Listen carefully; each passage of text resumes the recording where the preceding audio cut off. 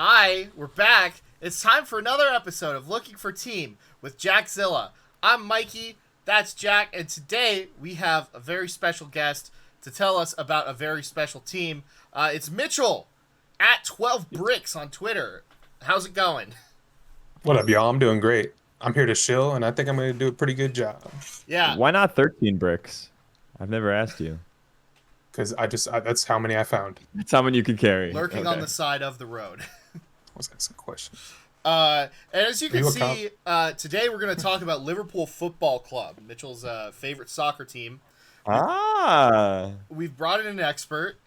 I didn't know that logo. I just thought you were wearing a neat bird. No, that's him. That's the guy. That's the Liverpool bird. The liver bird, right? That's what it is? Or, Yeah, sure, why not? I don't know. I don't know how that, the ornithology part of Liverpool's history. I didn't include that in the presentation today. But before we get into Liverpool, I want to do a little bit of housekeeping. We did collect some data, cool enough, from the same survey that we gave Jack at the beginning of the first episode to sort of guide our path as we look for a team for him here. So I want to take a look at this and see if we can come to any conclusions and see if Jack is just like an absolute freak about any of this. Yeah, I don't remember what I put in the survey, but I can say what I would say now. So even if there's like a change or two from last episode, like the Myers-Briggs, that is part of the failure of these surveys, is that people change their minds if you ask them a week later. And that's a good point. It's probably true because we have had a couple of sports experiences since the last episode. We did watch the Clippers play against the Mavericks, and they got smacked. But before that, we caught the end of a Pacers versus Bucks game that was very exciting. Yeah, tragic. And the Pacers have advanced in the playoffs now. They beat the Bucks. Perhaps a little bit Mickey Mouse without Giannis and Damian Lillard, but now I feel like that's a team that we've got to talk about. Yeah. I think that from what I'm learning about basketball, from what you've told me even on just last episode about the Clippers era of injuries destroying their playoffs run, I think it's fair for a team to kind of it's almost tough. It's like a little bit, it reminds me of League of Legends Worlds, where like the team that usually wins Worlds is one that has all in all season on what ends up by the roll of the dice being the meta of the final tournament. So it's you could consider that to be like injury-prone players that just don't happen to get an injury when they need to be on form in the playoffs. But the team that gets second, third, and fourth are the ones that build around more consistent guys that might not get injured so much. Yeah, and instead of God doing it in the NBA, it's Riot Games. Yeah. And their mind cube for your mind. Mm-hmm. Yeah. So, yeah, we got 56 responses on this here survey. A nice little sample size. Thank you all for taking the survey and letting us know, about what your preferences are for sports teams. I think this is really interesting here. Like, why is a 3 so low on supporting a team close to where I live? This seems polarizing. Where some people they just don't really care. They'll pick anyone, anywhere. And some people, they value having a local connection. Yeah, it is wild that this is bimodal. I guess that implies some kind of polarizing. I don't know why. I don't get it, because I feel like it should just be a gradient. But maybe people. I think it really matters when in your life you get into sports. Like sometimes you've moved away and then you start getting into stuff. So it's like maybe I'll like my hometown team. Maybe I'll like whatever. I don't know. The So there's further this I got into selection my bias that if you like sports, you either it's because you're all in on the team you grew up with, or because you're all in on a team somewhere else. Yeah, or like you don't choose your hometown team, so you just kind of are a fan of the sport, and so you just kind of root for whomever. Mitchell, I have a question for you, because we see that you're a fan of Liverpool FC. Are you a Columbus Crew fan? One of the few professional sports teams in your hometown? I am not. Yeah, there you go. I was never. So I wasn't. I've only been into soccer for 4 or 5 years now, and I started out as a Liverpool fan, and I've been to a few Crew games in yesteryear, but I never really became a fan of the club. I just missed the boat. Interesting. And maybe we'll dig into a little bit of why why Liverpool here. I mean, obviously we're going to do that. But yeah, I guess it just doesn't always click, with the local team. And so sometimes you got to look elsewhere. Supporting a team with a large fan base. I think, Jack, you disproportionately... Well, you didn't care about this one. You cared about supporting a good team, which I kind of, associate with I think this I a might have little put 2 or 3. Yeah. I would love to find out which one I'm the most of a freak about, but it might be hard to find unless if you could send me a copy of this, I could snoop through it on my screen and see if I can find my results. The large fan base. I was one of the 28. I was one of the sheep who put 1. Right, yeah. But I think when we talked about it, I said maybe I'm like a 2 or a 3. Like I don't want to be. I like the games as a communal experience. So if it's a small fan base but the room is packed, that's fine. I'll take a karaoke bar that's tiny with 7 people. You said they need a subreddit. They need a subreddit. That's the yeah, rule. That's really funny. Yeah. Yeah, I actually went to look up Liverpool supporter clubs in the Bay before realizing that you already did that. Yeah. But I was like, We'll there's talk about there's that. multiple ones around you. if there's They're a both across bar the in bridge. Oakland that like plays Liverpool games, that would be really? that would be huge because then that is something that even Lily has said. Hey, we should go to a sports bar and watch a game. It's just we don't watch sports. She just wants to go and be social. We'll talk about that. That's we'll part of my about PowerPoint. Okay. So supporting a team with a rich history, you didn't really give a shit about this. Yep, I'm one of the ones. I do think that in soccer in particular, there's a bit of a stigma about this. Some teams that are like oil money teams or, government owned teams that have like really quickly gotten pretty good. There's a bit of a stigma against supporting those teams in particular. Well, that's a rich history. It's not a good one, but it's rich. Rich, yeah. Yeah, it's definitely rich. Literally rich. Yes. So I do think that this kind of skews more towards people who are into sports that like clicked on this survey and took it. So I think it makes sense that people kind of value this a little bit higher than you do as somebody who hasn't been super invested in it. Supporting a team that currently performs well. This one you're kind of a freak on. No. I think I was a 3. Oh, you were a 3. Okay. For some reason I remember you being higher. Yeah. But yeah, for most people, no one will admit to a 5. No, they're no cowards. I will say, cowards. Yeah, it's the currently. We talk about it in a later thing that they have a bright future is like my fallback, and I'm okay with them not currently doing well. But if it stays bad for like 3 years, I might be out. People are too afraid to just jump ship on a franchise if the writing's on the wall. Like if I was an Atlanta Falcons fan, it would have been so long ago that I gave up on that franchise. There's no it's repeated incompetence. Yeah, I'm gone. Let go. Be a citizen of the world.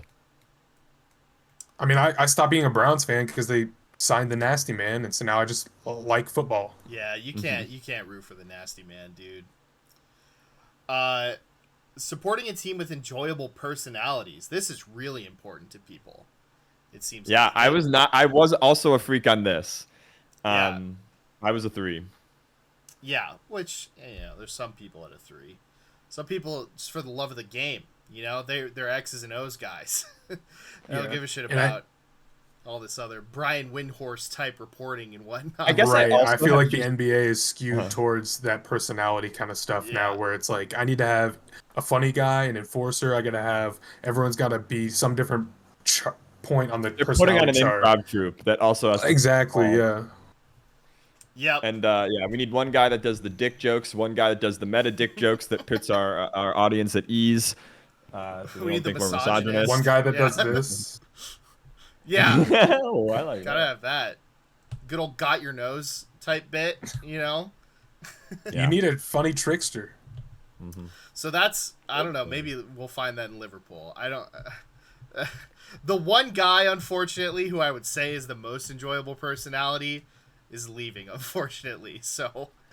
I I'm not going to be invested enough up front. I have enough venues in my life for enjoyable personalities. Yeah. I'm watching Survivor 46. It's okay for the sports to be a little drier. More than you need from Survivor 46. That's right. If we're being honest. Yeah. Supporting a team whose venue has a good land use profile.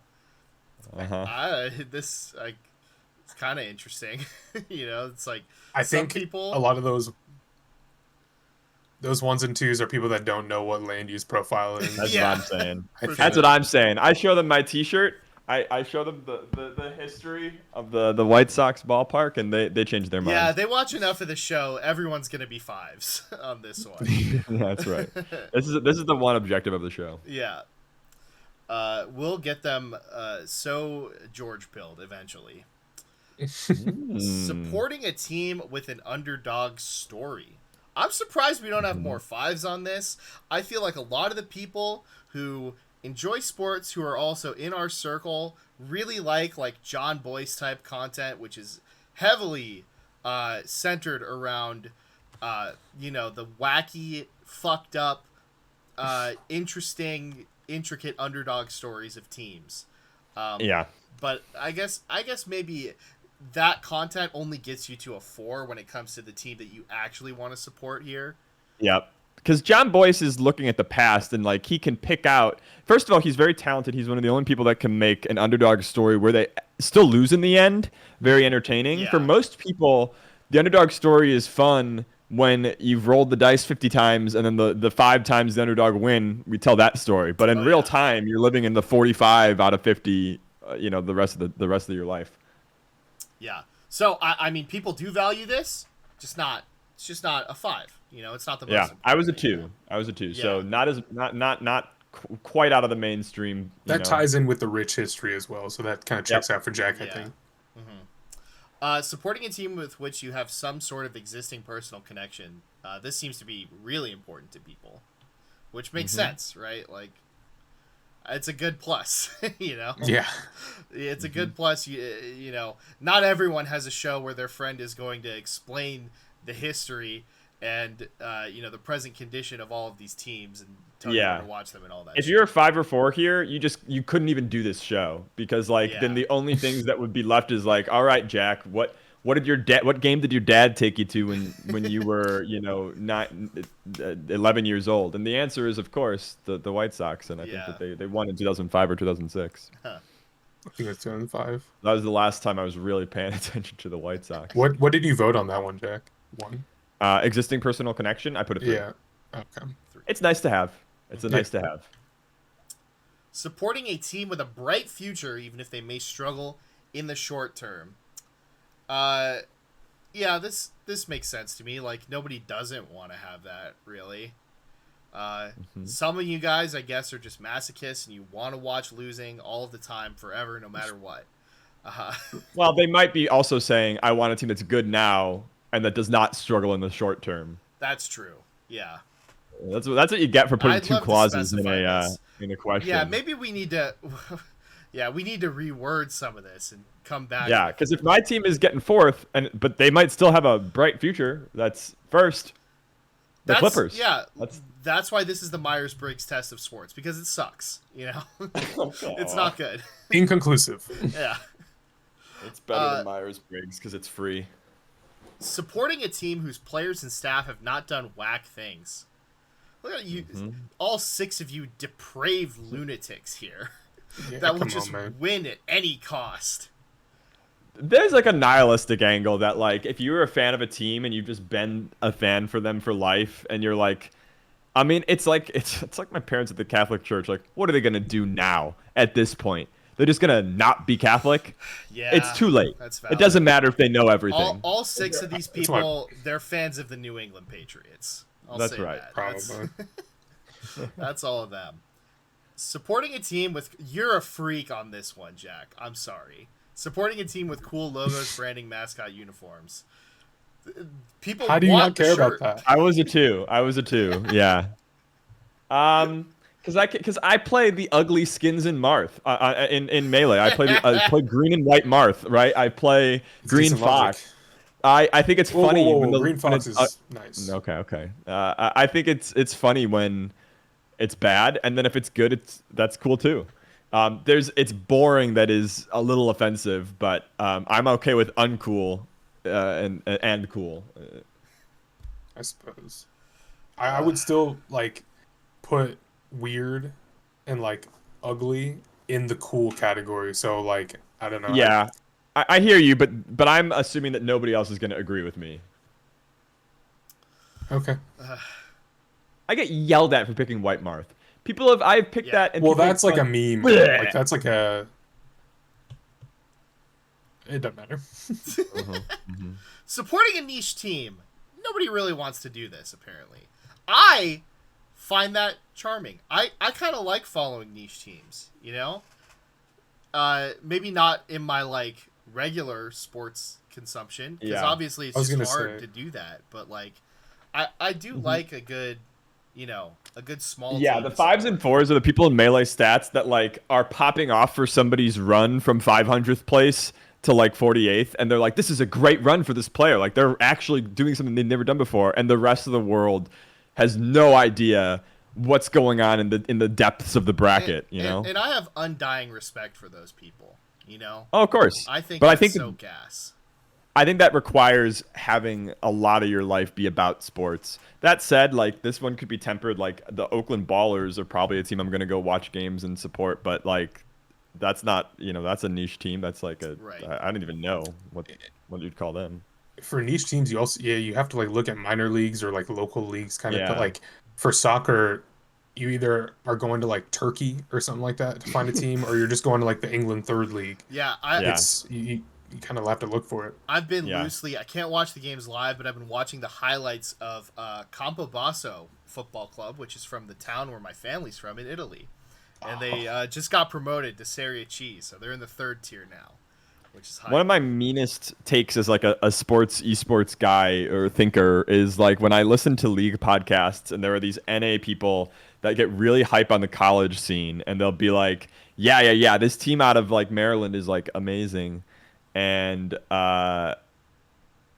I feel like they're capping. They're like, because I've watched so many of those players get promoted from the collegiate league and then just get slapped around in the main league and destroyed. And I'm like, stop telling me he's good. You are gonna be, he's gonna 1 out of 10 are gonna get there and be good, and you're gonna be like, I'm a genius. I told you he was good, and you're all gonna forget about the 9 times you were just towing the company line. I think that's a huge problem for esports. I don't want to get too sidetracked on this, but it's like you don't see the like prospects, you know? You don't really see their journey. Never get to except for in Melee. In Melee, you get to watch it happen. You get to watch ossifies come up, you know? And the people who do watch the prospects, like, they get a little high on them because they really want to be right. Yes. Yeah. For sure, but other esports, what the fuck are you supposed to do? Yeah. The based factor. People like this. Mm-hmm. People want a team. I'm with the mob again. Yeah. Yeah, people want a team. I think as you should be. Progressive values, you know, which I think we're all gonna get behind that. I might even be thinking about this as a 5. It depends. I'm just not very ideological about sports yet. Mm-hmm. That's understandable. Well, They're not. But I'll get there. We'll talk about some ideology today, and we'll see. See how that shakes out. Okay, leagues. Just real quick, we like the NBA. Seems like people. This is probably the most popular one for people. This is what they want to see the most.လုပ်, polarizing. Understandable. A lot of people fuck with it. A lot of people don't. Yeah. Do you see it as blood sport, where we are watching people destroy their future minds and put their families at danger of violence, or do you like football go? This has got to be also regional. They could be paying them way more, but they're not. Oh yeah, for sure. The NFL. Yeah. If you're somebody who bitches about, you know, NFL players going on strike or whatever, you know, locking out, that kind of stuff, fuck you. You're an op. For real. For real. Honestly, that goes for any, job. Yeah, really. Yeah. What's the word? Occupation. Yeah, probably. This is crazy. Yeah. This NHL. NHL, incredible parody here. Yeah. Yeah. Who's watching that? We would need to like triple the data set. to actually see what the trend is here. I do think a lot of people like hockey in theory, and they like watching hockey games, particularly live, but they don't end up like following it too. That's kind of the boat that I'm in, and now I'm fucked because I don't have a team.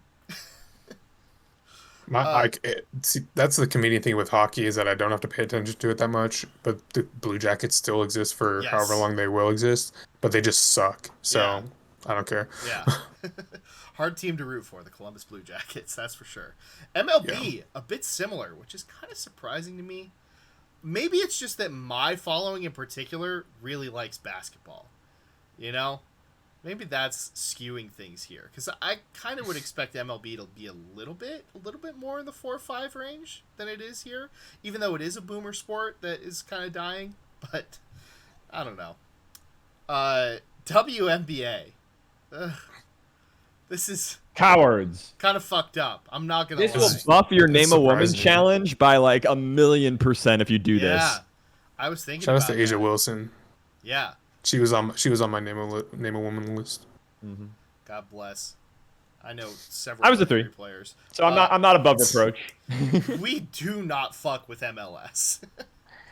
Nobody's fucking with MLS. That's wild. I put a 3 here. So this is another not watched an MLS game in years. Yeah. Because to me, it's the exact same logic. Again, to bring up League, which is the only comparison I have to anything near traditional sports. I'm realizing. I watch LCS not because it's good, but because I get the washed up fucking losers from all the great areas of the world, and I get to watch them in my time zone. Yeah. Sorry. Then yeah, you would love the MLS. Yeah. Could be. I like I said, I'd be a 5 if I had a local club, but I don't. Minor league sports also not fucking with this. Some people are like maybe, which I think is probably that group of people that's like, yeah, if there's a local team, I'll go to games for that, you know. But for the most part, hell no. Yeah, I'd love to talk to the 5s on that. Those would be good guests for the pod. This is a bit surprising to me how much people aren't fucking with soccer, you know, European soccer. And that bore out in the poll that I posted where Liverpool Football Club was the least popular answer. But so you knew what to do because this is a show about persuasion. Well, some things you have to do for art and not for content. And you have to say, it might be content to pick the least enjoyed. Yeah. Because then you know people might change their mind. We're still in the process of cultivating our diehard fans. We'll start shelling out for whatever wins the poll. But also, if I'm being honest, a big factor was that Liverpool season is almost over, and I wanted to watch them. So I wanted to get it in before that was done. But also, we had a great time watching the Clippers game. I don't know if we're going to talk about that, but maybe that should go at the top of future pods. Is recapping. Yeah, for sure. What happened before? I guess we can do it between the survey and this now. But we're already like 23 minutes in, so it's like I got time. The Miami Heat also, unfortunately, #1 answer, and I have a really good guest for that who runs a Heat podcast here. They're eliminated from playoff contention, so we're gonna have to wait until next season for the Miami Heat. Hate them. All their players got broken. Yeah, so unfortunate. Like physically. Yeah. I wish they had beaten the Celtics. Anyway, smaller European soccer leagues, super not fucking with this. Even more than minor leagues. Yeah, you're combining minor leagues with soccer. It's the 2 least popular categories besides women. And, it's not great. Yeah. I was also 1 here. I'm not surprised that it is this limited. We talked about it on the last episode, but if you came to me with this beautiful, like, workers co-op, they're changing the game, they're investing in their community, their stadium has housing on top of it, some shit like this, then we can think about it. All right, I'm not looking. I've been watching a lot of content that is centered around even non-league English football and lower league European football more broadly, and I'm kind of like falling in love with it a little bit. You know, so maybe just for self-indulgence, we talk about that, you know, but Dave wouldn't even know that a man from Arizona exists if you told them the Yeah. fans there. Exactly. Which is great. They wouldn't know Arizona on a map. But that goes for like half of Americans too. Yeah, so that's true. What goes on here? I don't really know. Okay, so that's our survey. I guess real quick, we watched the Clippers. How did you feel about watching the Clippers?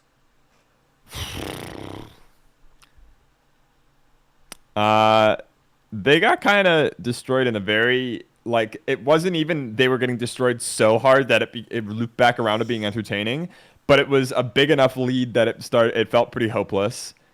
Yep. And coming directly after the Pacers game, that was a heartbreaking moment after heartbreaking moment. I was like, oh, yeah, this is hard to and I'll tell you the uniforms. Not exciting in that game. It was gray versus But black. I did mention it was like that the Clippers, they're changing their logo. They're putting the Yeah. boat on there. So oh boy, at least Little that's Bodie changing. That'll be McBoatface. So yeah, it wasn't a great game. The Clippers won after that. And then Yeah. they went back. I predicted that. I literally predicted that though. But then they went back and they got smacked at home by like 30 in the next game.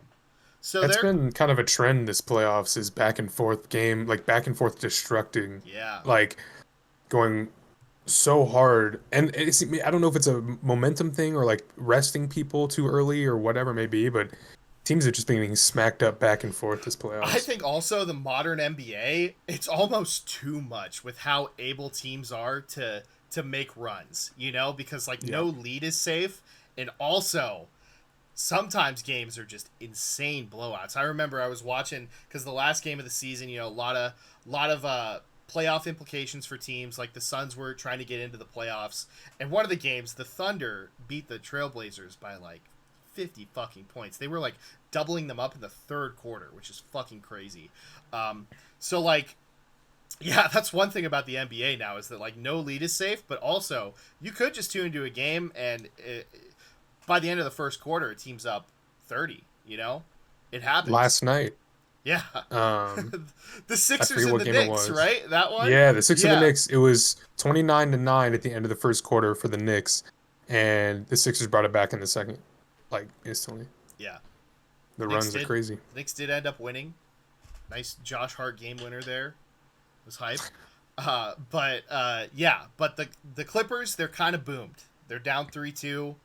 They're going to have to win once in Dallas and then come back home and finish it off in Game 7 if they're going to make it happen. But unfortunately, it's looking like a first-round exit is likely for the Clippers again. Second year in a row. I'd Yeah. watch Sunday if you wanted to watch. Is that when the game is? Yeah. Maybe we'll do a doubleheader because it's time Sunday, for May 5th. us to talk about Liverpool Football Club, everybody. Woo! Yeah. It's the main If event. you're welcome to all the people that saw Hold the on. chapters. I'll bring the same energy when we get There back we to the go. actual. Hold on. Wait, There we no. go. Woo! Yeah. Yeah. Why does this always happen? I gotta move this fucking thing down again. One day, this show will be clean. Jack, do you know anything about Liverpool Football Club? My idea was to go Liverpool into a bastion. Well, I know about the lads from Liverpool. Yeah. I see that it was established 1892, so I'm sure they were involved in the drafts in World War I and II. And I know that they're massive. They're one of the bigger brands. Yeah. And I believe that they were one of several of like the giga villains in Ted Lasso. Well, Oh no, that was Manchester, there's right? Manchester City, really, and West Ham. Manchester City. My God, Man City. Sorry, this Yeah. is Liverpool, not Man City. Yeah, Liverpool. You'll never walk alone is a baller. We'll talk like, about You'll Never epitaph Walk Alone, to have. Jack. It's very You'll important. never walk alone. Don't Ooh.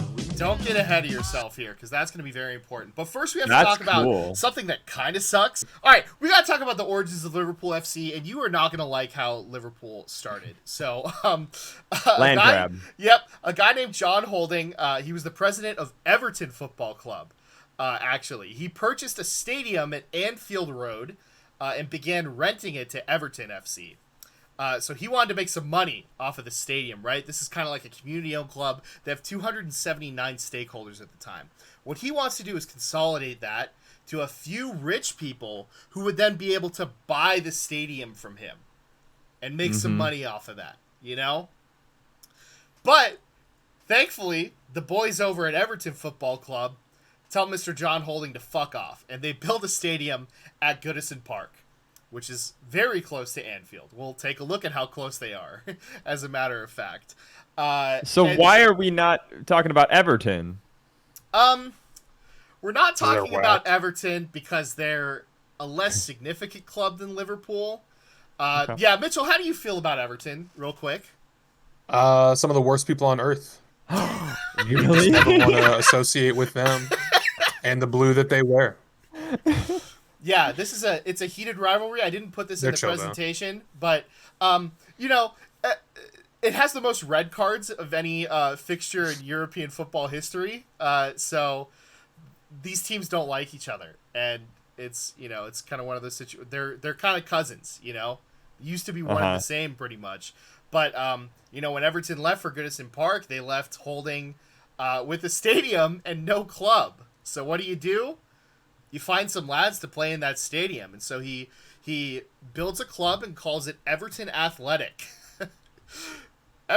So we have Everton Athletic and Everton Football Club, and the Football Association says that's not going to work, and we need to change your name. So they change it to Liverpool Football Club, and they play their first match on September 1st, 1892. Everton and Liverpool, fun fact, both still play at Goodison Park and Anfield respectively, though Everton is moving to a new stadium. So this beef is still enshrined in the buildings that these clubs play in, even.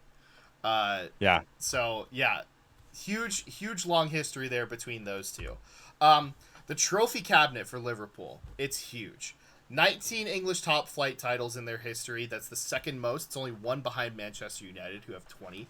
They have 8 FA Cups. Do you know what the FA Cup is, Jack? I don't know what either top flight or FA or Champions League are. The top flight, before 1992, it was called the First Division, and since 1992, it's what you know as the Premier League. Okay. They play a double round robin, and whoever does the best in that double round robin wins the league. And so they've done that 19 times. Yes. So it's winning regular season is Correct. what we'd call it. Yes. But it's much more important in European soccer than it is in any American sport. They don't have what you would call a playoff, so just the season is the season. And then the last game of the season be against a shit team. Yes. And then they get an upset and somebody else gets first for it. Yes. Cool. I don't know if it's always been this way, but lately what they've been doing is that they've played all of the matches on the last day at the exact same time. And so you have crazy implications all over the place. And we'll kind of talk about But it avoids the collusion of round robin. Yeah. We'll talk a little bit about the Premier League and the stakes of finishing in certain places in the table. But there's a lot of crazy shit that can happen on the last day. So their regular season, it's very important. Winning the Premier League, maybe I don't know. The Champions League, you could argue, is more important. They have 6 of those. And then they also have 8 FA Cups. And the FA What's Cup the is... champion? Okay, sorry. One at a time. The FA Cup is basically like the playoffs, but it happens all season long. So they take all of the teams in the English football pyramid, and they all play against each other in a single elimination bracket, basically. And so you'll have while the regular season is going? Yes. So they're 2 concurrent competitions, and that's why there's no playoff at the end of the Premier League, is because the bracket stage is just a different competition for a different trophy. Yeah. And then the Champions League is that they take a handful of teams from all of the leagues. And the better your league is, the more teams your league gets to send to the Champions League. And so the best European teams play against each other. And this is probably like the most prestigious competition, I would say, to win, because you are the champion of Europe if you win the Champions League. Okay. So they've won the Champions League 6 times. We might interchange this term with European Cup because, again, before, I forget exactly what year it was, I think it's 94 or something, the Champions League was referred to as the European Cup. Fellas, I come from Kansas City. And they're hiring me as a coach for these teams, and they're telling me we gotta play in 3 different tournaments at the same time. I hear what you're saying, Jack, but the thing is that it's amazing to have that. It's amazing to have multiple things to legitimately care about and get excited about in over the course of one season. And I really wish, because right. the NBA is trying to do something similar with the in-season tournament, and I think that's great. I think it's a great idea. And people kind of shit on that. But being somebody who's been interested in European soccer for a while, I find it to be really exciting that, you know, even if I'm not performing super well in my league, like I could still make a good Champions League run. Like, for instance, Right. there's a team, Borussia Dortmund, who they're getting smacked up in the German league right now. They're in like 5th or something, but they're in the Champions League semifinals right now, and they won the first match. So they could make it to the Champions League final in this season that would otherwise be a pretty big disappointment for them, you know? Yeah. So, and that happens An all the important time. part of managing a club is kind of reading the writing on the wall. It's like, okay, we're probably not going to win the Premier League or our domestic league. I'm gonna play our kind of slightly worst lineups in the Premier League, and then just play our real hitters in the Champions League, or like same with FA Cup. Oh. Like that's roster choices are a really important part of this sport because you are playing in 1 or 2 or 3 or 4 concurrent And competitions. that's why EA's Football Manager is so popular. That is, yeah. It's not EA, Honestly- for the record. But yeah, it's not EA. Who makes it? Somebody. I forget the name of that company, but that game is based in cool. Okay, so those are the trophies that Liverpool has won in those competitions. We'll talk a little bit about how they got there. So they were very, very good in the 70s and 80s. In that time, they won 10 first divisions and 4 European Cups. So, like, they're probably the best team in the world in the 70s and 80s, you know? I don't know exactly who else you could make an argument for at that time. But Liverpool was dominant. I don't know enough to say. They were killing it. So the Premier League was founded in 1992, as I mentioned. There's not really a meaningful difference in terms of competition between those. It basically operates the same way. It's just kind of a money move. But for some reason, it just fucked with Liverpool. And for a long time, they didn't win the Premier League at all. For a couple of decades, they couldn't win the Premier League after dominating in the first division. And Manchester United starts to go on a bit of a run. And these clubs don't like each other. Mitchell, would you like to talk about Manchester United? You remember what I said about Everton? Yeah. I hate these fuckers more. And that includes you too, Abdi. Yeah. And this is a bit of an old-timey Industrial Revolution rivalry because Manchester and Liverpool were the first 2 cities to be connected by a railroad. Period? Yes. Yeah. So they're they're kind of neighbors that don't like each other. This is the first Subway series. Pretty much, yeah. Yeah, there you go, actually. Yeah. And then Everton is like the walking series. Right, it's a bike ride that you might like. Yeah, pleasant ride through Stanley Park. So Liverpool, they go on a bit of a resurgence under manager Jurgen Klopp, who I think you would like. He's a pretty fun character, very animated, very passionate about Liverpool.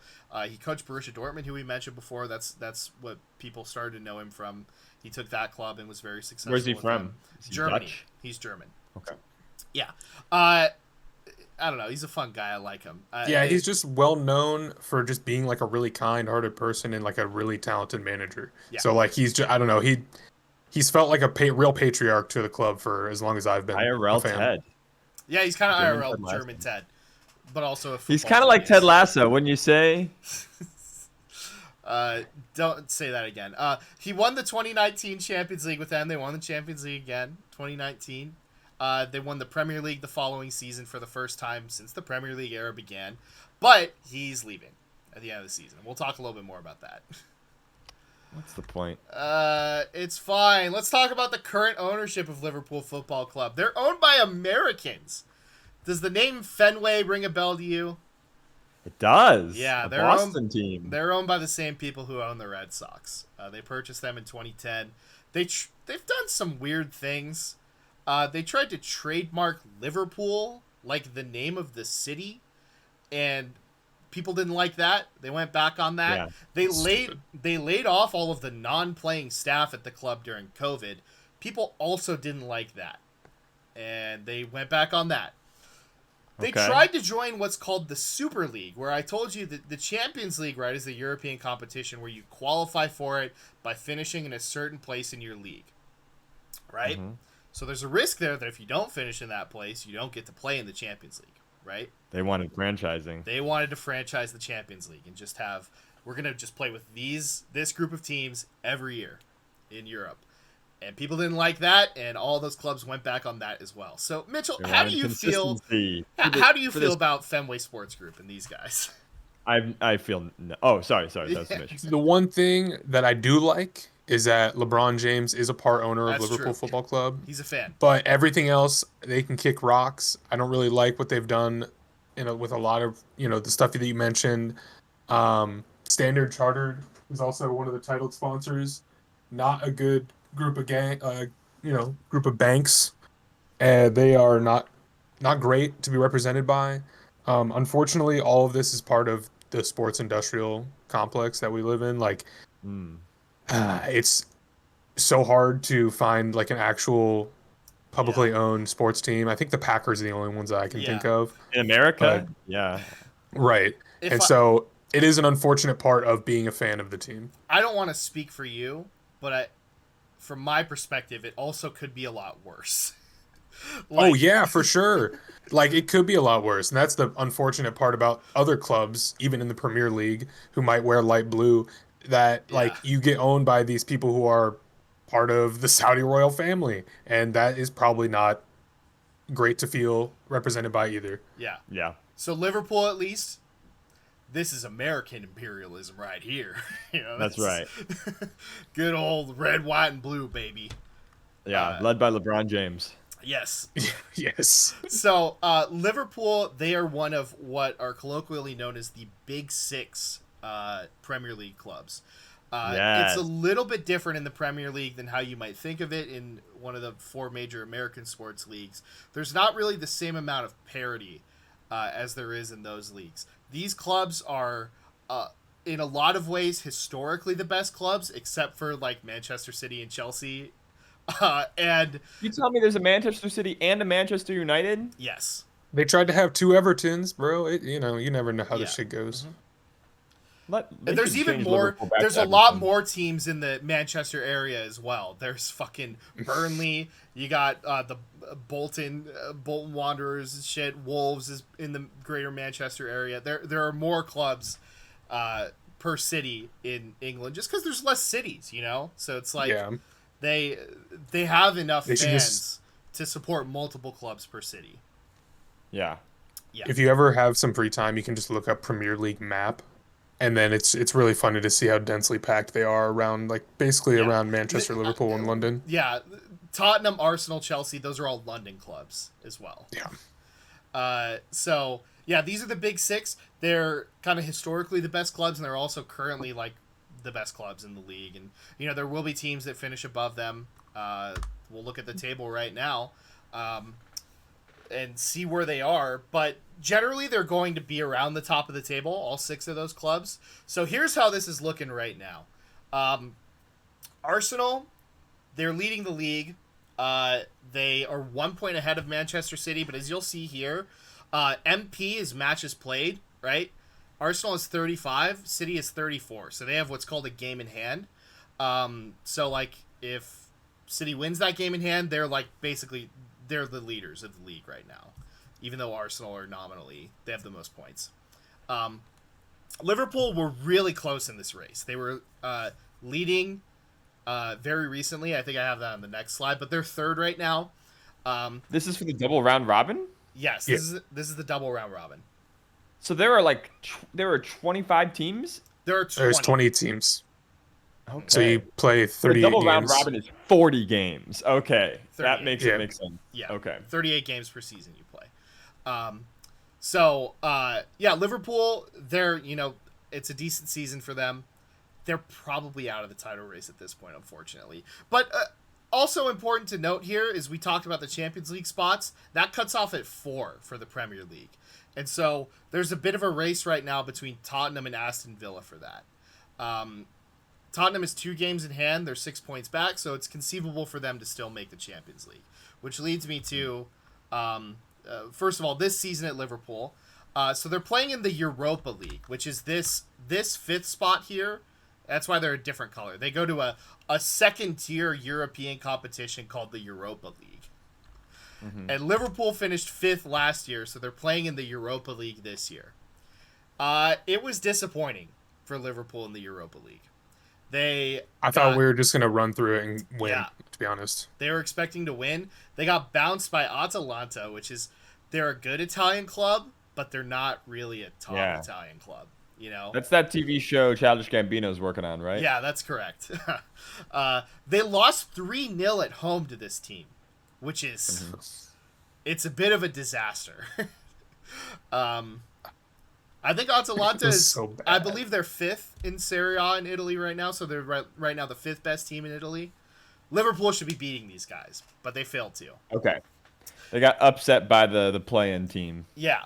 They were at the top of the league on March 31st. But recently they lost to Everton, they lost to their cousins, and then they drew against West Ham, so the title hopes, they're looking a bit doomed right now. Still mathematically possible, but you have to count on Manchester City and Arsenal losing some games. Once you start counting on the top teams losing, you are already in deep, deep water. Yeah.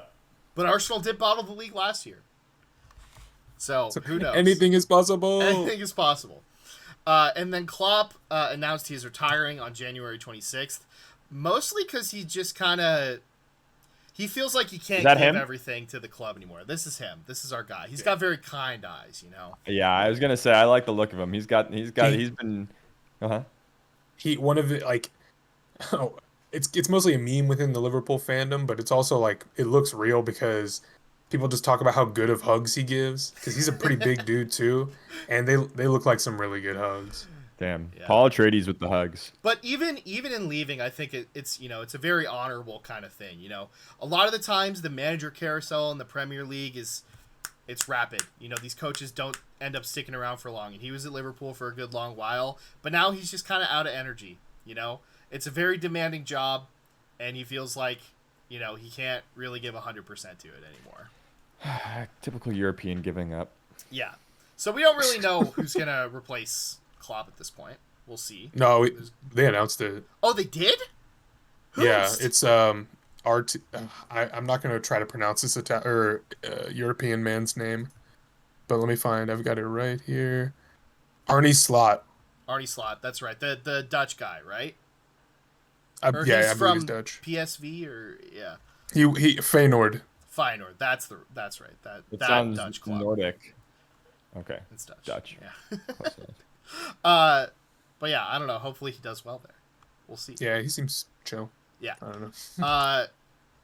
So the key players for Liverpool, I would say, Alisson Becker.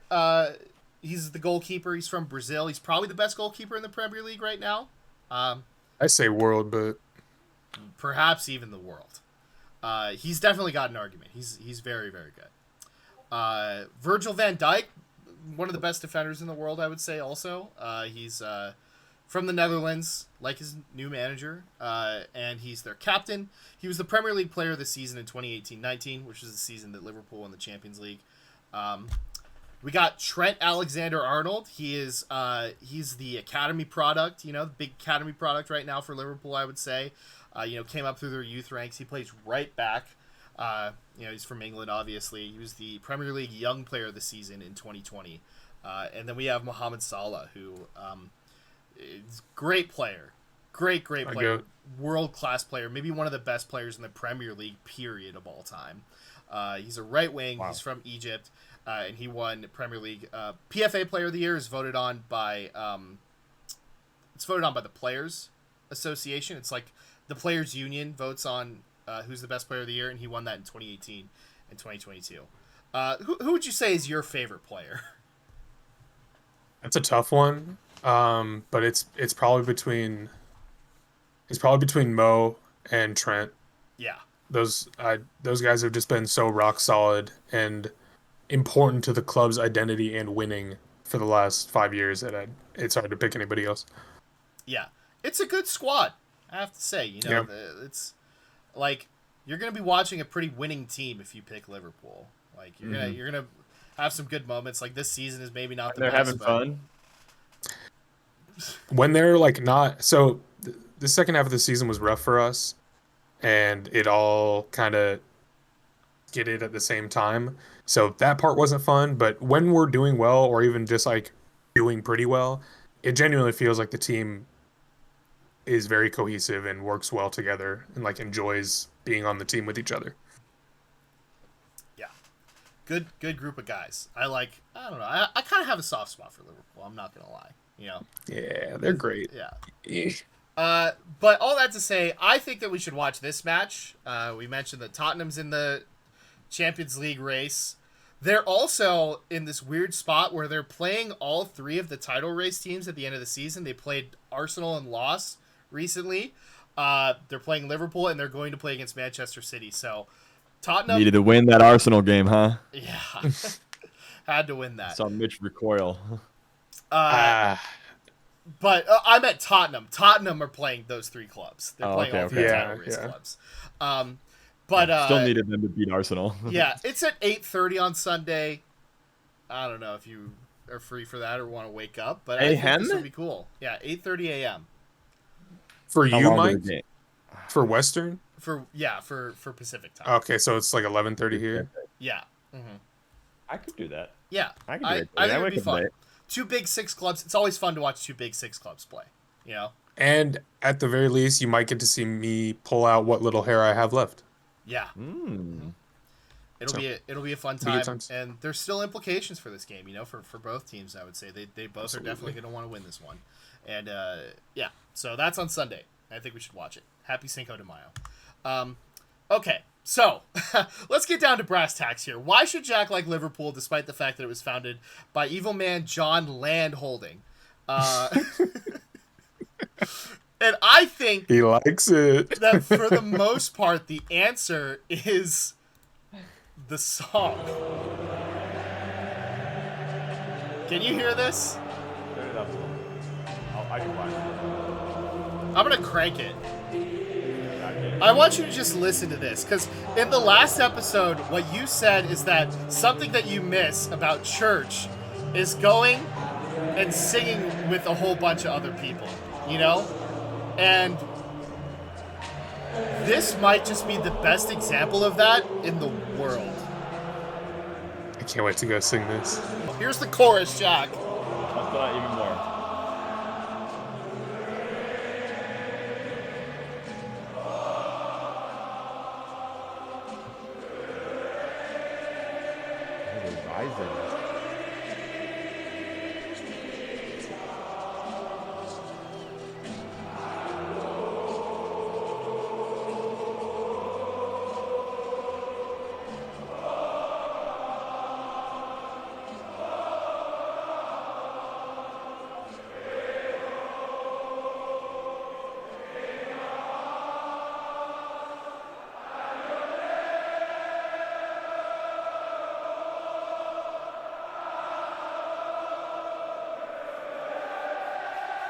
I'm getting goosebumps, dude.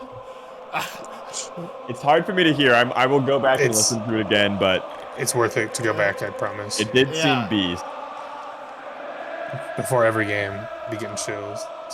They do it before the games, or they do it ever during? Well, so they will do it before the games, like everyone in unison like this. But like during the games, sometimes they will also do it just like if the team needs a little hype. Yeah. So that song is "You'll Never Walk Alone." It's from the musical Carousel, which doesn't really have shit to do with this, but that version is by Jerry and the Pacemakers. It's from the '60s.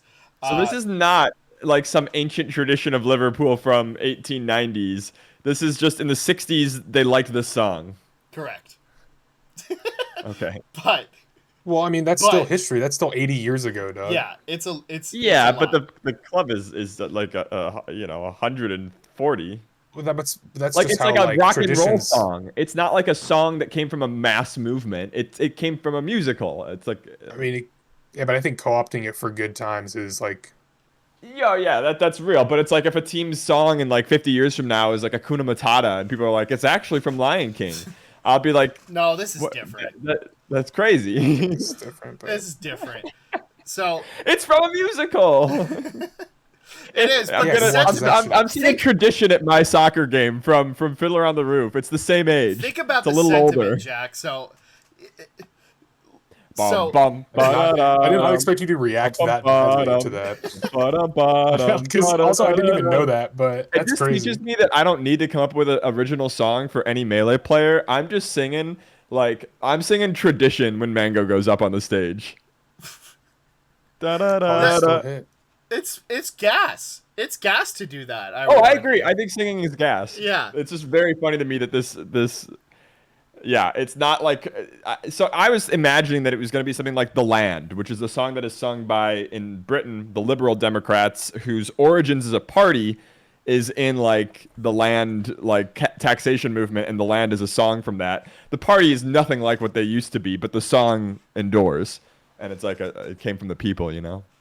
Yeah, but wouldn't you rather the essence endure over a new song than the song enduring over the essence leaving? They're a third party in Britain's fucked up system. They were going to die no matter what, you know. That's Anyway. well, I feels think like you it's very avoided cool. the. If you don't- That's an it's engraved. The fact that it's engraved in a fence. It's very Many other funny to me. places. It's giving it outside the visual- ground. It's on the fucking Right. badge, as you saw. I think that it's like a beautiful sentiment. I think I that- agree too. Yeah, I agree. that the idea that no matter what happens, you know, at Liverpool, Hakuna Matata. we're gonna talk about this like a little bit of the history of the city of Liverpool. Yeah. Like no matter how much adversity that your community faces, just the fact that you have this rallying point, even if it's something as, you know, Yeah. Objectively or, you know, Yeah. materially Even if it didn't help us unimportant through World as War football. Yeah. Like not being alone is just enough, you know, and I agree it's with that. such a Is so powerful based. force. I know I'm harping on it, but just tickles me so much what this opens up. Like, let's make the Melee anthem like where everybody knows your name. We could just do anything. I legitimately think that we should sing "You'll Never Walk Alone" as the Melee community. I think that if we were to rip that before Genesis top 8, It's a would be bit amazing. complicated. We need our own. I like that it's slow because it gives people time I'm to saying, up with each note. we need "You'll Never Walk Alone." You know, fuck Okay. one unit. Like this to me is like a beautiful thesis statement for your community and for your club. Yes. And you don't believe me? Ask Johan Cruyff, who you might remember from Ted Lasso. They talked about they went to Amsterdam. They played against that club that he, you know, coached and played for, Ajax. He said, "There's not one club in Europe with an anthem like 'You'll Never Walk Alone.' There's not one club in the world so united with the fans. I sat there watching Liverpool fans, and they sent shivers down my spine. A mass of 40,000 people became one force behind their team." And it's not just Liverpool. Liverpool obviously is like the most famous club to use this song, but there are other clubs with, I would say, similar like worldviews almost to Liverpool that use it. Most notably Celtic Football Club, who I think it would be kind of fun to talk about also. But it's, you know, it's kind of, and there's kind of a friendship that's built up between those clubs around that as well, which I think is cool. They see the game the same way. Yeah. Yeah. Real ballers. So It's like me and you on the timeline fighting against copyright. yeah.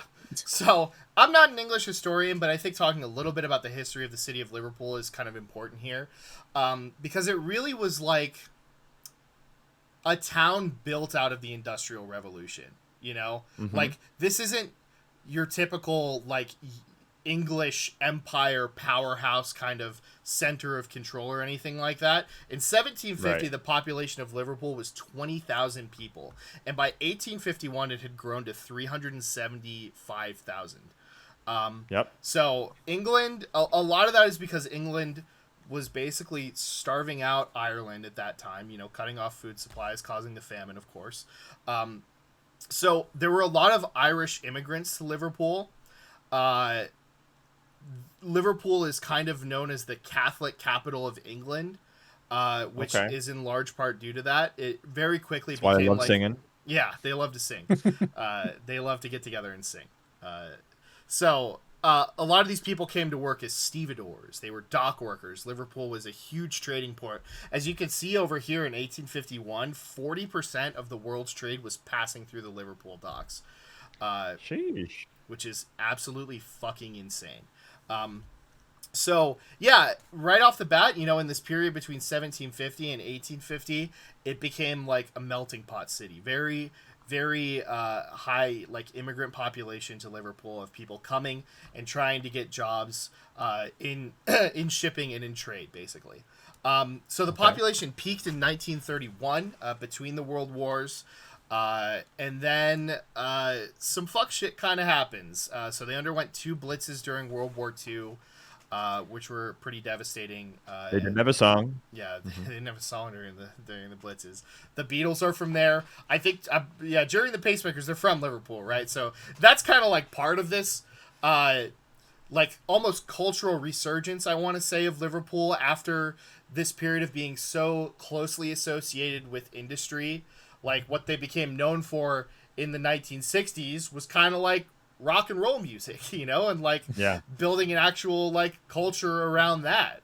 There's that whole scene that obviously the Beatles came from and a whole bunch of other bands at that time as well. And then in the 1980s, you got Margaret Thatcher. And Liverpool had been a bit of a Tory stronghold, actually, before the 1980s, before the austerity policies of Margaret Thatcher, but there was massive unemployment during the 1980s. And they kind of did like a party swap, like an American-style party swap, and said, fuck you guys, we are a Labour town now. And they are hugely a Labour town. There's only one Tory MP from Merseyside, which is kind of like the province that Liverpool exists within. And there are no Tory city council members whatsoever. Not one. So... Get out. Yeah, huge Labour stronghold. And oftentimes, what people from Liverpool will say is that we are not English, we are Scouse. Like, we are not part of the establishment, what you think of when you think about England. This is an entirely different culture. This is an entirely different political environment here. Like, we don't associate with the crown, basically. Okay, what would be like the American equivalent? I'm not American, I'm from the Midwest. I feel like, though, the Midwest has the claim to being the most American, right? Isn't that like? I would say it's almost like if you're a diehard Bernie Sanders voter in Vermont, and you're like, I don't fuck with whatever else is going on in the country. you know, I identify much more with being from Vermont, than being an American. Okay. Yeah. Okay. So, there are a couple of big events, not just in Liverpool, but in the club, that have really kind of strengthened this sense of community around it. And 2 of them were pretty big stadium disasters that they were a part of. The first one was in 1985. It was in Brussels, Belgium, at Heysel Stadium. It was the European Cup final between Liverpool and Juventus. So there was like a thin, a chain link fence basically separating the Liverpool section from the Juventus section here. And the Liverpool fans charged into it, and that caused the Juventus fans to crush against a concrete wall. And eventually the concrete wall broke down, fell on top of people, basically.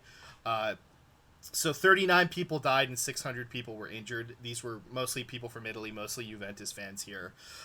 And at the time, there was a lot of discussion around English football specifically and hooliganism. So people, getting drunk, going to games, getting way too rowdy, being violent, attacking fans from other clubs.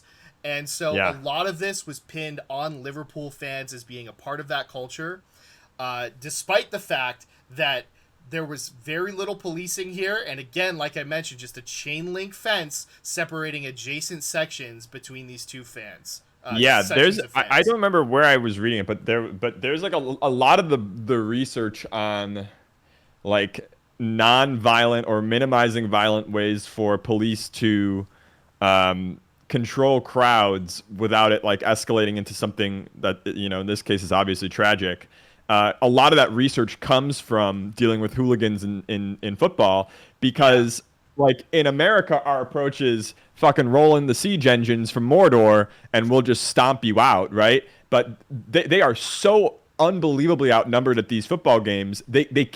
Even if they had the equipment, they Yes. could not do that. They're- And so they had to figure out nonviolent ways to stop the hooligans. These two incidences alone created immense infrastructure changes in the world of football, I would say, because this stadium was also decrepit, right? Like that concrete wall shouldn't have fallen down, and being crushed against the wall in the first place is very bad, and there probably would have been casualties from that as well, just from the crowd crush. But it falling just exacerbated it.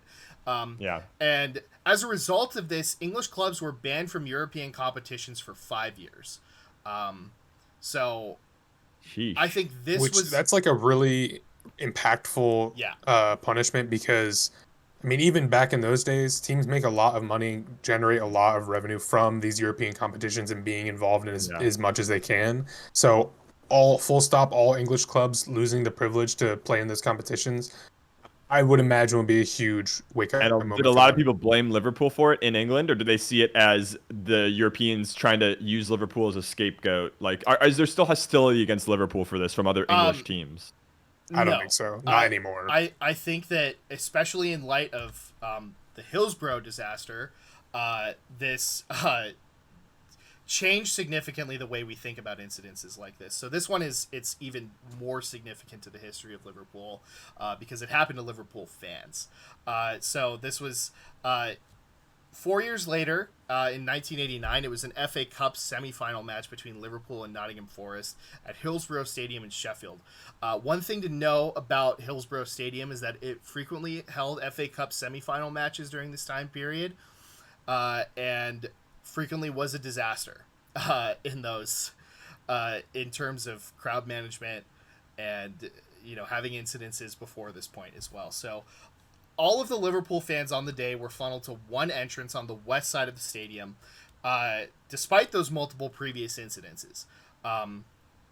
And there was also a new police chief in Sheffield who had never...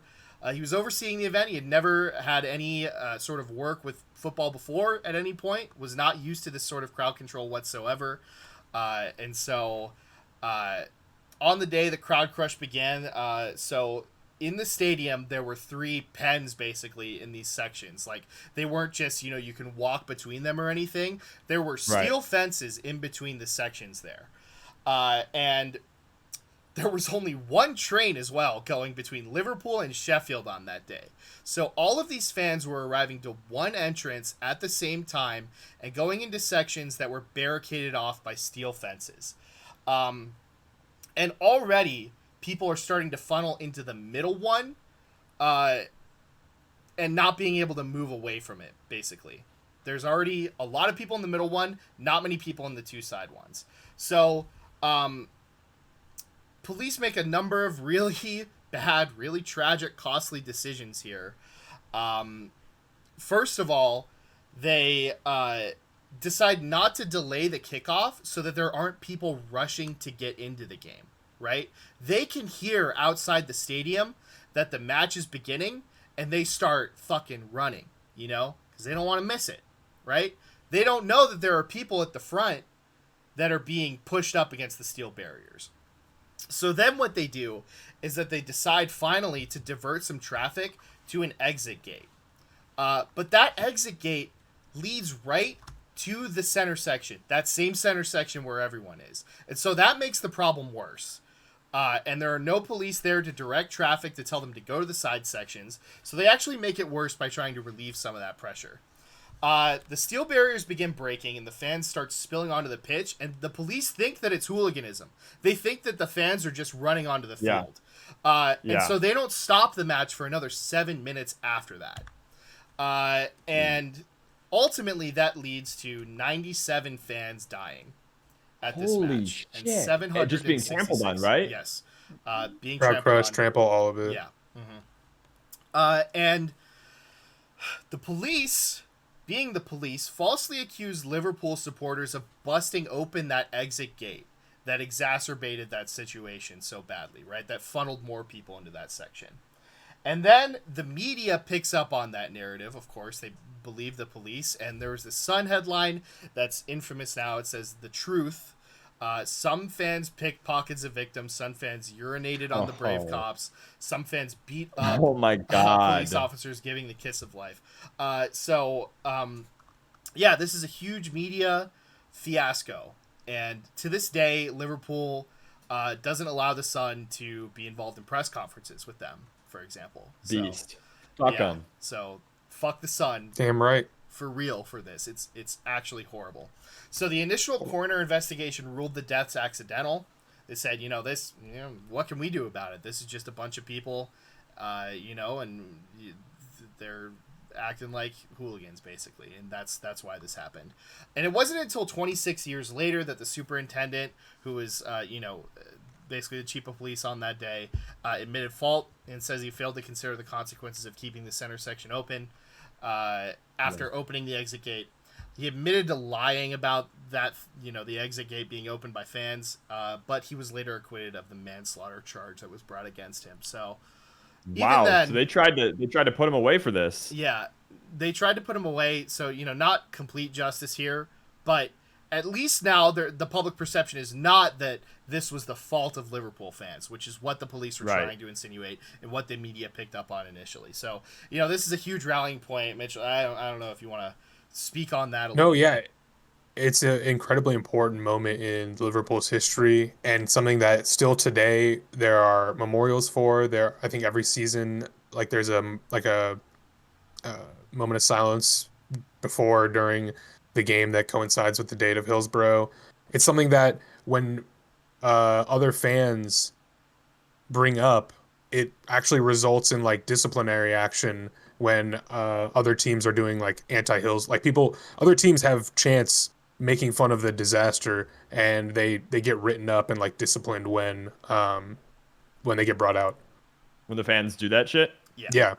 Like it's incredibly offensive to all Liverpool fans because a lot of Liverpool fans have family or friends who died or were injured in this accident. It'd be like making a huge 9/11 joke like in like a Boston, at a soccer New York game. Right. Yeah. Not good. So, Liverpool, I would say it's a blue-collar city through and through. It's one that has been through a lot as a city, and this club has been through a lot as part of that community, and a lot of this unfortunate trauma and tragedy is what has strengthened the bond, that these fans have with each other. All right, let's see the land use profile. Yeah, we'll get to that. But all of that, I think, has made them pretty based, Like I said here, we're not English, we're Scouse. That's a common one. Never trust a Tory. They're bringing that into the matches, not just in the voting booth. For God's sake, save Gaza. You could stick your royal family up your arse, and then we got the cop-outs here, the LGBT Liverpool community. So, yeah. Yep. These fans, they're based despite, the Yankee owners and John Holding bullshit, Okay. So, yeah. This is part of how Anise sold me on the club as well. Like, they're not just a bunch of British assholes. Like, it's actually a bunch of people who seem like they collectively have good worldviews. Mm-hmm. Yeah. Yeah. And it's the fans, right? Not necessarily the club itself, really, but, like, it's the people and the community that has grown up around it, I would say. Yeah. It's like Keep Nintendo Liverpool sucks. weird. Nintendo sucks, but we're cool. It's exactly like right. So, okay, let's talk about something fun. Let's talk about the miracle of Istanbul. So Liverpool are playing in the 2005 Champions League final against AC Milan. And it's not a great season for Liverpool. They end up finishing 5th place in the league. They lost 14 of the 38 matches, which is not great for a Big Six club. That means you're losing to a lot of teams that probably aren't in the Big Six. A lot of teams that you are on paper much better than. And they lost to not a Premier League team, but they lost to a Championship team, which is the second tier. They lost to Burnley in the FA Cup. So that competition didn't go great either. And Milan, I was looking through the starting 11, and anyone who knows anything about 2000s football will tell you, this lineup is fucking insane. It's all legends of the game. There is not one player who, if you bring them up to me, I will say, yeah, they were all right. It's so funny because you put Kaká like near the end of the list, and he's like, well, I did it by position. No, I know. I realized that afterwards, but I was like, because I was just reading the first part, I was like, wait, where's the Ballon d'Or winner? Yeah. Yeah. These are all Unbelievable. These are all legendary players. The whole starting 11. And it starts off and it's not going well. Paolo Maldini, longtime AC Milan legend, he scores after 50 seconds. Right off the bat, he scores a goal. And then Hernan Crespo scores twice before halftime. They go into the locker room, they're down 3-0. And you know what happens?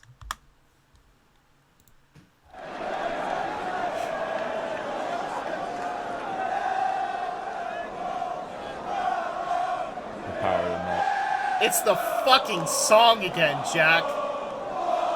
It's something about the song that they're singing in full voice despite having traveled all the way to fucking Turkey to watch their team concede 3 times in the first half. Gives them I get superpowers. goosebumps again. And in the span of 10 minutes, Gerrard scores. Souček scores another one. Great save from Dudek. Huge. Dudek went huge. He goes insane. Gerrard wins a penalty. They've got a penalty kick. And Xabi Alonso is saved by Dida, but he puts it away on the rebound. And we're tied at 3. It's 30 more minutes of deadlock soccer. And then we go to extra time. Still no score. And then we go to penalty kicks. We go to a penalty shootout to decide who wins the Champions League. Fuck off. Not even close.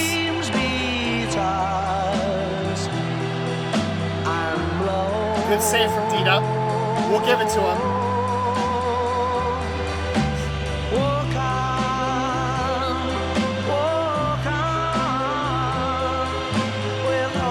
Bang! Sends him the wrong way. Look at that. Bang! Here comes Andrea Pirlo, legend of the game. What a save from Josie Dudek. Getting a save in this situation has to be like one of the most unbelievable feelings. Look at Cisse's hair, and he buries it. 2000s, baby. Look at his haircut. He's got like palm tree on the back of his head or some shit. I don't know. Andrei Shevchenko, best striker in the world. Fuck off. And Liverpool wins the Champions League after being down 3-0 at halftime to an absolute juggernaut AC Milan team. Steven Gerrard, Liverpool born and raised, raises the trophy. And even in Istanbul, it turns out you'll never walk alone. No matter where you are. And it's probably the greatest Champions League final of all time, I would say. If you were to ask the average football fan, this is maybe one of the greatest matches that they'll have on the top of their mind to bring up. So yeah, that's the song. It's the song again. Uh-huh. I have to say. Always there. Yeah. You can hear that coming through the cracks of the dressing room at halftime. And how would They've you been not singing feel it for inspired? 20 years at that point. You know, it was an old tradition. 40 years. All right. You know? Okay. It's 40. I want to Oh, turn this is it over 2000? to My bad. Mitch here now and just give you time to spit whatever about your experience as a Liverpool fan, why you feel connected to the club, and why Jack's wrong about You'll Never Walk Alone. I feel connected to the club because it's an extremely it's been a very welcoming fan base, like just online and whatnot, talking to other Liverpool supporters. It's been good. It doesn't hurt that our team has been good for the last like 5 years or 6 years since I've been watching. Um, and obviously, Jurgen Klopp is a big part of that. It's gonna suck to see him go, but I think the community formed, the players we have, and like the bond between those two agents is gonna help the new manager come in and hopefully have success. Um, I wrote a little paragraph to go over, but we kind of covered everything. Like, when the Super League stuff came out, it was really disheartening to see Liverpool's little logo on the thing. I'm like, we But support this. right, like the club like was in on it, and then it made me feel better when like every single a post or opinion or anything from a Liverpool supporter that I saw was staunchly against it and totally in favor of keeping the rules as they are, which are more favorable for everybody. And For so smaller that, clubs especially, but yeah, for the smaller clubs, exactly. Like, Like Aston Villa, right? Who's in fourth place right now? No shot they're ever getting in the Super League. You know? No. So like, when soccer has been so based on merit, obviously like you buy players and that makes it easier to, especially recently when you have the money, you can do whatever you want. But teams can be built up, especially because of the academy leagues and all that. They can actually be built up from within. And so when you have teams not able to do like capitalize off that, it's really disappointing. And so when I saw everyone completely in lockstep about it, it made me feel better. It's a collection of people I think that like know that sports is not the most important thing in the world, and as much as time spent we spend on it, it's like there are things that are just more important and should be focused on at the end of the day. But a connection based off sports and a connection based off community can be so strong that it can make every other part of like life better. yeah, And so I don't know, it's the team is good, but the community is really what like convinced me. that's very compelling. I fuck with the vision, I have to say. I love the song. Part of me, I worried a little bit that this would be too good of an option, to be honest, to present so early, just because of how strong I think the Liverpool community is. Yeah, and I guess we'll continue by just talking about how you might be able to connect with that community, because watching matches, it's a little bit... so NBC owns the TV rights, right? So some games are televised and you'll need like a cable subscription or YouTube TV to watch them. Others, they're on Peacock, the streaming service. And then Champions League and the Europa League, whichever one of those competitions they're playing in, they'll be playing in the Champions League next year. That's on Paramount Plus. So you might want to pirate, to watch Liverpool. I see. Yeah, that might be... So the time zones don't help either. Yeah. I mean, I don't know. Sometimes there'll be something where you have to get up really early. A lot of matches, they'll be at like noon or something. Yeah, on the it's weekend, fine, so it's usually. okay. Especially the weekend. Champions League is midweek stuff, so like that's kind of hard. But yeah, I've got links to help you out. Yeah. I would say that the pirating in soccer, probably the best in the game. Dude, all them Russians, all them random Greek motherfuckers or whatever the fuck, like all around the continent. The largest community for it, and therefore we don't advocate this. It's no, of just, course not. This is just something that is required of me. Yeah. I would rather, and that I would never do, obviously. And but yeah, we have entered the great pirate era, and we fucking hate copyright.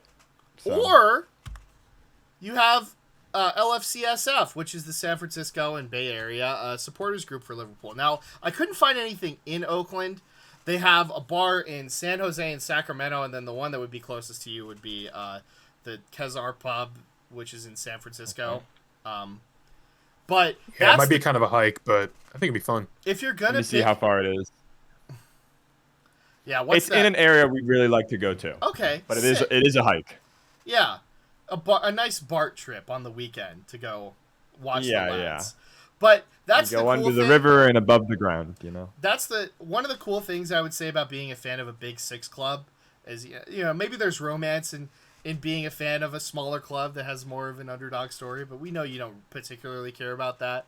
But being a fan of a Big Six club will give you access to a lot of people who, even, in your area, despite the club being so far away, will be fans. And so you'll have that at least. And also you're going to watch a team that is going to generally do pretty well. And, even if it's not the best season, you can have some faith that there are going to be successes and trophies won in the not too distant future. There's a lot to connect to there. I don't know. Maybe we go check that out. Land use. Let's talk about the most important Main thing. event time. Yeah, here's Goodison. Looking good. Yeah, it's good. I have to say. I mean, this park's been here since the 1800s, right? Like, this is a cemetery. That's fine. Yeah. And this is Stanley Park here. Big old. Cemeteries are not good land use, but I'm not even close to being able to make that argument to people. And to be fair, this one it's kind of packed, unfortunately. Yeah, that could be nice. Here's Anfield down here. Here's Goodison Park, right here. This is like I think Everton. like a mile between these two, so very close. But yeah, I mean, you can see right here there are neighborhoods, and if you go look on Google Street View, like there are houses right across the street from the stadium. There are houses. No parking lot, really. None no at all. Liverpool. There's the Stanley Park car park. But look at how small. I don't know if you noticed. Yeah, it's laughable when you compare it to like Dodgers Stadium. Look at this shit. Look at you see where my cursor is? Look at how close that is. Yeah, that's crazy. Pull up Dodgers Stadium. Oh no, you don't have it. My bad. So yeah, this Dodger Stadium is so fucking evil to look at. Yeah, and like we mentioned, these are very old stadiums. It's not like they've destroyed a neighborhood or anything to build these whatsoever. They came with the Industrial Revolution. There's been some talk of Liverpool moving, but I don't know. I don't know if that's gonna. Do you know anything about that? I don't know anything about that, but I do know that this stadium was built pretty recently, or at least renovated pretty recently. Yeah. So, and it's Anfield. Like, I don't think it's one of those things where it's like they're not just gonna move away from Fenway. Well, that's a very connected comparison, but they're not gonna move away from Fenway Park or something like that. It's like it's got too much history for them to completely just dump it and move somewhere else. Yeah. And right now, even some American teams are getting a little bit more like urban pilled. Like the White Sox are trying to extort Illinois and the mayor of Chicago quite a bit. But their proposal is great. It'll be way more walkable than it is now. I mean, it is kind of walkable. Like it's actually in the South Side where it's at is, anyways, whatever. I'm noticing some good trends that are at least. That's good. Not that's positive. Let's put it in the middle of nowhere with a giant parking lot. Yeah, for sure. That's the land use. I'd say it's much better than the Clippers. That's good. great. Yeah. No complaints. So, how do we feel about Liverpool Football Club? Which category are we putting them in this time? I think it takes quite a bit from me to go 3 to 4, and I'm kind of weighing here as like a norm of the show how easy I should be, right? Should I be a real harsh critic? Because if I got to that, I would expect that I would hit 50% let's watch a match, because you're always going to have somebody that cares a lot. You got to bring me a dud at some point so we can feel out how this meter goes. Yeah. And somebody that we really think is going to fail. It could have been the Clippers. Shit about the Cincinnati Reds for as long as you want. Yeah. But it has to be somebody that comes on and believes in it, but they're wrong. I would say I'm almost at put them on a short list for real, but I'll say let's watch them on a match, and I'm on one match short list. There was no way the Clippers were going to be one match into short list to give it as like a comparison. They were always going to be one match. Let's watch another match. Pretty much no matter how electric it was. It might be enough that I hear that song one time in a live situation or even a recorded game that I just have no knowledge of. I'm already on the second monitor here. I'm sourcing some games to watch. I guess that would mean many YouTube links for you. Yeah. We're going to watch the Miracle at Anfield. Yeah. Beast. Great. So, let's plan on watching the Tottenham match. Or if you can't do that for whatever reason, then we'll figure something else out. The thing is, we got to move kind of fast because I do want to talk about the other two teams in the title race here. I think one of them you're going to hate. I think one of them you could like. Beast. So That sounds about right. And maybe we'll combine them just so we have a nice little. We'll try that format out. So Yeah. 2 for Ooh, that one could be interesting. episode, and do a Okay. theme around that. But yeah, I'm happy with that. I think that's probably the correct answer for Liverpool for you. So Oh yeah, man. let's plan on it. You said it was 8:30 PST. Yeah. Do we Word. want to do it on Patreon now? Should we make that a perk and make this Watch an the games official with us? thing on Does the this go just on Foresight Fights the- Patreon? Oh, Foresight. Yeah, if we had a Mitchell, Patreon you're voice, invited, I would obviously, be even if you don't have even if you're not Patreon. Yeah, if you can work out the Discord permissions and all that, I would be Yeah, happy to do like a Patreon VoIP. I liked it just being us. The crowd that turned out last time was just like a bunch of our friends, and I thought that was really fun to just hang out. But I'm down to try something else too. Yeah. I mean, let's give it a shot and see how it goes, man. It'll So, mostly yeah. still be our friends, but Right, yeah. Patreon.com. I try to limit /Foresight Lily's Fights. exposure to strange gamers Oh yeah, Yeah. that's valid. until they've been vetted. But we also need people to pay us money. So patreon.com /Foresight Fights. There you go. Check it out. I'll try to have this video up tomorrow. We so don't need it. get JD people. needs it. Yeah, JD needs it. Yeah. Oh, are you still doing stuff? Sorry, I just started smoking because I thought we were done. Are you It's- still it's fine. That is a reading? thumbnail. I'll keep Everyone, it in. subscribe to the Foresight Fights Patreon. I promise it'll be worth your money and time. There you go. And Mitch is going to smoke weed when we watch the game, too. Well, yeah, that's true. It's going to be great. yeah. I'll So be if you full. wanna be I'll be there for full of that- Sunday brunch and full of cannabis smoke. Hell yeah. Okay. Yeah, let's watch Liverpool. I'll see you. Goodbye, everyone.